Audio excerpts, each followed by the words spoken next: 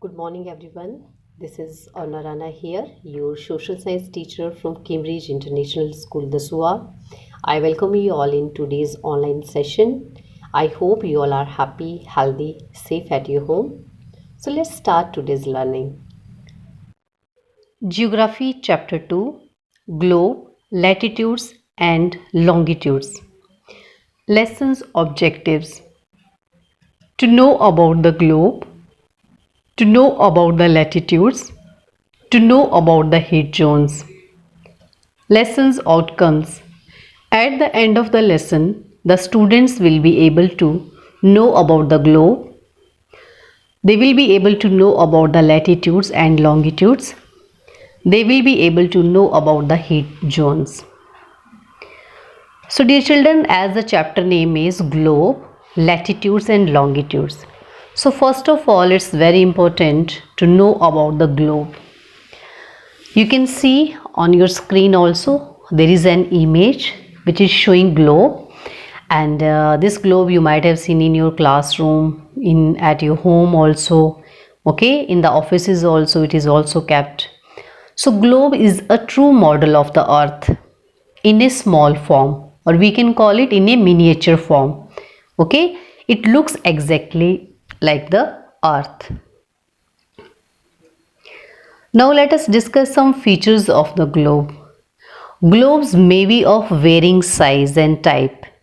Okay, you might have seen various types of globes, such as big ones which cannot be carried easily, small pocket globes also, okay, and globe like balloons which can be inflated and are handy and carried with ease. The globe is not fixed. It can be rotated the same way as a top spin or a potter's wheel is rotated. On the globe, countries, continents and oceans are shown in their correct size. You can also find there is a needle which is called the axis and is fixed through the globe in a tilted manner.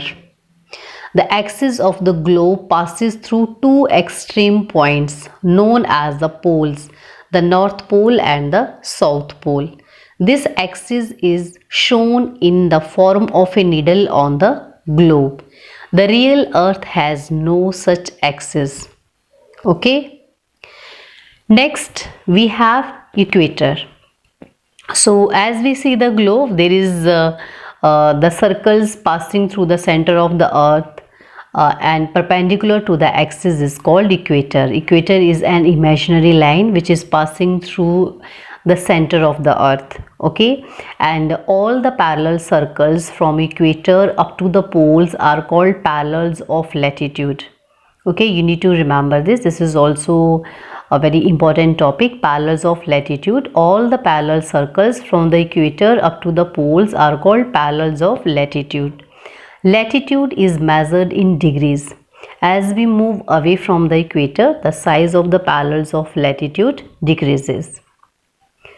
So total we have 181 parallels of latitudes, but there are four important parallels latitude. One is Tropic of Cancer, that is 23.5 north. Second one is Tropic of Capricorn, that is 23.5 south.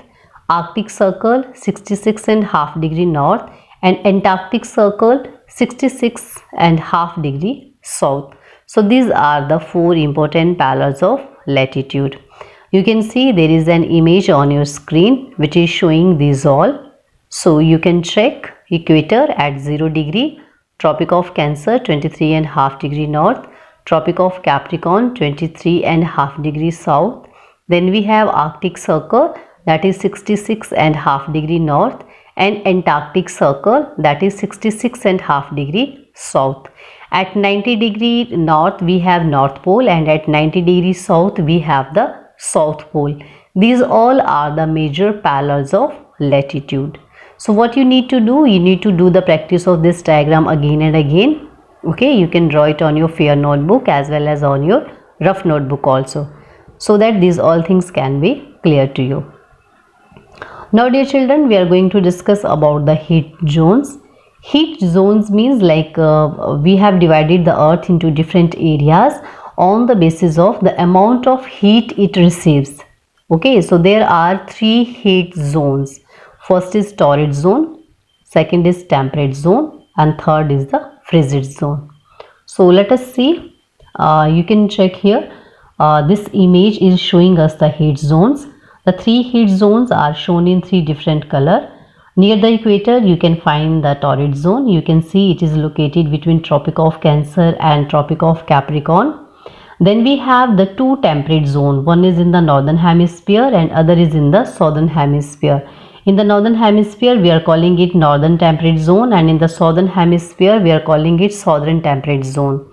The northern temperate zone lies between the Arctic Circle and the Tropic of Cancer, and the southern temperate zone lies between the Antarctic Circle and the Tropic of Capricorn. Then we have the two frigid zones which lies near the two poles, one near the North Pole and other near the South Pole. In the northern hemisphere, it lies between Arctic Circle and the North Pole, and in the southern hemisphere, it lies between the Antarctic Circle and the South Pole. Okay, so this is the image. You can draw this also and use the different colors, three different colors, so that it can be more clear to you. But firstly, you need to draw the parallels of latitude. When you are able to understand those 4-5 parallels of latitude, only then you can draw this diagram. So dear children, now let us discuss about this. Torrid zone receives the maximum heat. Okay, the temperate zone has a moderate temperature, and the frigid zone has a cold climate as the sun rays are always slanting. So you need to keep these things in your mind. Now let us discuss about this one by one. So firstly, we have the torrid zone. Torrid zone, the midday sun is exactly overhead at least once a year on all latitudes in between the Tropic of Cancer and the Tropic of Capricorn. Let me repeat again, the area near the equator between the Tropic of Cancer and the Tropic of Capricorn, whatever the latitudes are there, they all are receiving the direct rays of sun once in a year. Okay, so this area receives the maximum heat, and that's why it is called the torrid zone. It is known as the hottest zone of the earth. I hope I am clear up to here. Now next we have the temperate zone. Temperate zone, it lies between these. There are two temperate zones. I have shown you in the diagram also. The midday sun never shines overhead on any latitude beyond the Tropic of Cancer and the Tropic of Capricorn. Okay, the angle of sun rays goes on decreasing towards the poles. As such, the areas bounded by the Tropic of Cancer and the Arctic Circle in the northern hemisphere, this is the location of the temperate zone, as I have discussed also, and the Tropic of Cancer and the Antarctic Circle in the southern hemisphere have moderate temperature. That's why these are known as the temperate zones. Okay, now dear children, we have the third zone, that is the frigid zone.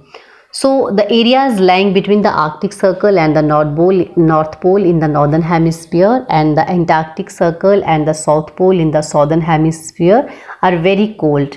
It is because here the sun does not rise much above the horizon. Even these poles, they are not able to receive the sunlight for 6 months. Therefore, its rays are always slanting and provide less heat, and these are therefore called frigid zone. Okay, means very cold. So that's all about the heat zones. Okay, now let us see some important definitions which we have discussed today. Globe. The globe is a model of the earth as it is, but it in a very small and convenient form. It shows all continents, countries and oceans, and with proper leveling. Axis, the imaginary line about which the earth rotates once in 24 hours, is called its axis. Poles, the two extreme points of the axis are called the poles. One of them is the North Pole and the other is the South Pole. Equator, the circle passing through the center of the earth and perpendicular to the axis, is called the equator. So dear children, that's all about today's session, and just as a homework, please try to draw the diagram of latitudes, longitudes and heat zones. So that is your home assignment. With these words only, I just want to end up the session. If there is any confusion, you can watch the video again, do the reading of the chapter, and still you have any doubt, then we are going to discuss in the online classes. Thank you everyone. God bless you all.